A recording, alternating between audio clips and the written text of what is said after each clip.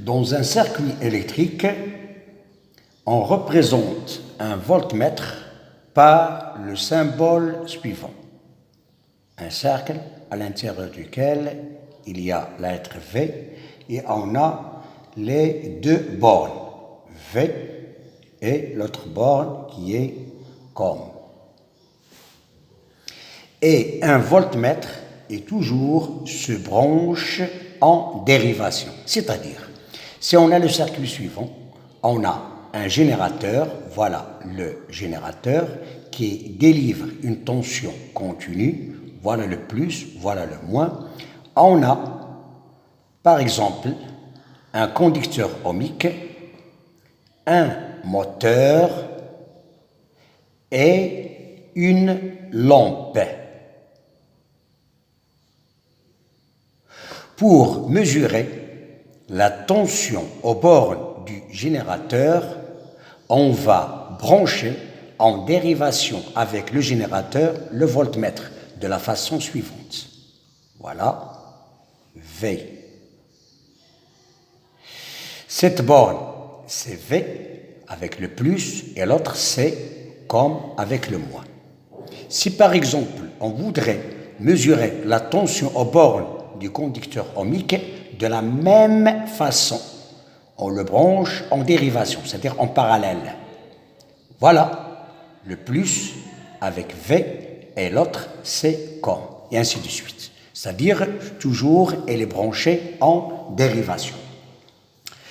On a vu comment calculer la tension aux bornes d'un dipôle. Maintenant, on passe à la méthode qui va nous aider à calculer l'incertitude absolue, que je vais la noter par quoi? Par delta U. C'est quoi? C'est le calibre utilisé fois petit x qui représente la classe du voltmètre. Elle est indiquée dans le voltmètre ou donnée dans l'énoncé. Divisé par quoi? Par 100.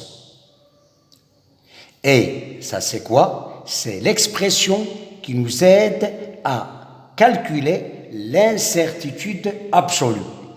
Si on vous demande de calculer l'incertitude relative, on utilise l'expression suivante.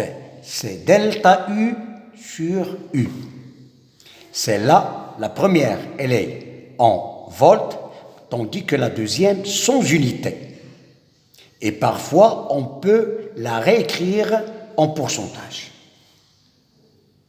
On passe maintenant aux lois des tensions des circuits électriques. Si par exemple, on a un générateur de courant continu, on a deux lampes, la lampe L1, puis la lampe L2. La tension aux bornes du générateur, on a les deux bornes P et N. Je vais la représenter de la façon suivante. Voilà, UPN. Je représente le sens conventionnel du courant, c'est toujours du pôle positif vers le pôle négatif. Voilà la représentation de l'intensité I du courant électrique.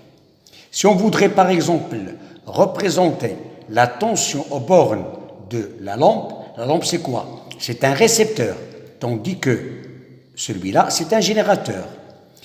Dans ce cas-là, le sens de la flèche qui représente la tension U1 aux bornes de L1 est opposé à celle du courant électrique.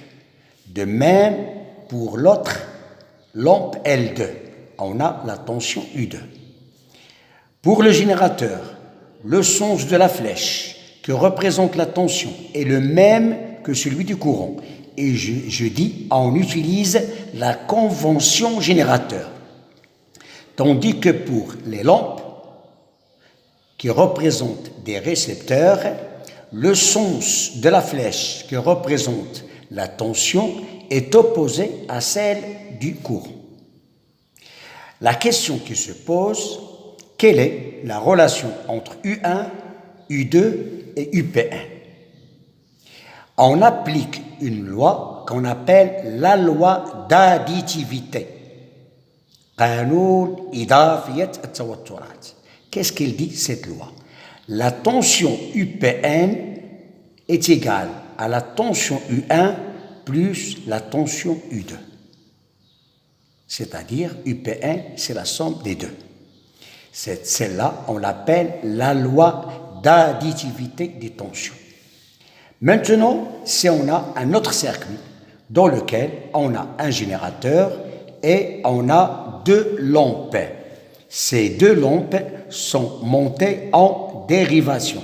Voilà la première, voilà la deuxième. Le plus et le moins du générateur, voilà le sens du courant principal. Ce point-là, on l'appelle un nœud, que je la note par A. L'autre, c'est un deuxième nœud qu'on note par B. Lorsque le courant arrive au point A, il se dérive en deux intensités, I1 qui va traverser la lampe L1 et l'intensité I2 qui va traverser la lampe L2. Pour représenter les différentes tensions, la tension aux bornes de L1, je vais la noter par U1. La tension aux bornes de la lampe L2, je vais la noter par U2. Tandis que la tension aux bornes du générateur, je vais la noter par U. Quelle est la relation entre ces différentes tensions? Puisque L1, L2 et le générateur sont branchés en parallèle, je peux dire que la tension U est égale à la tension U1 est égale à la tension U2.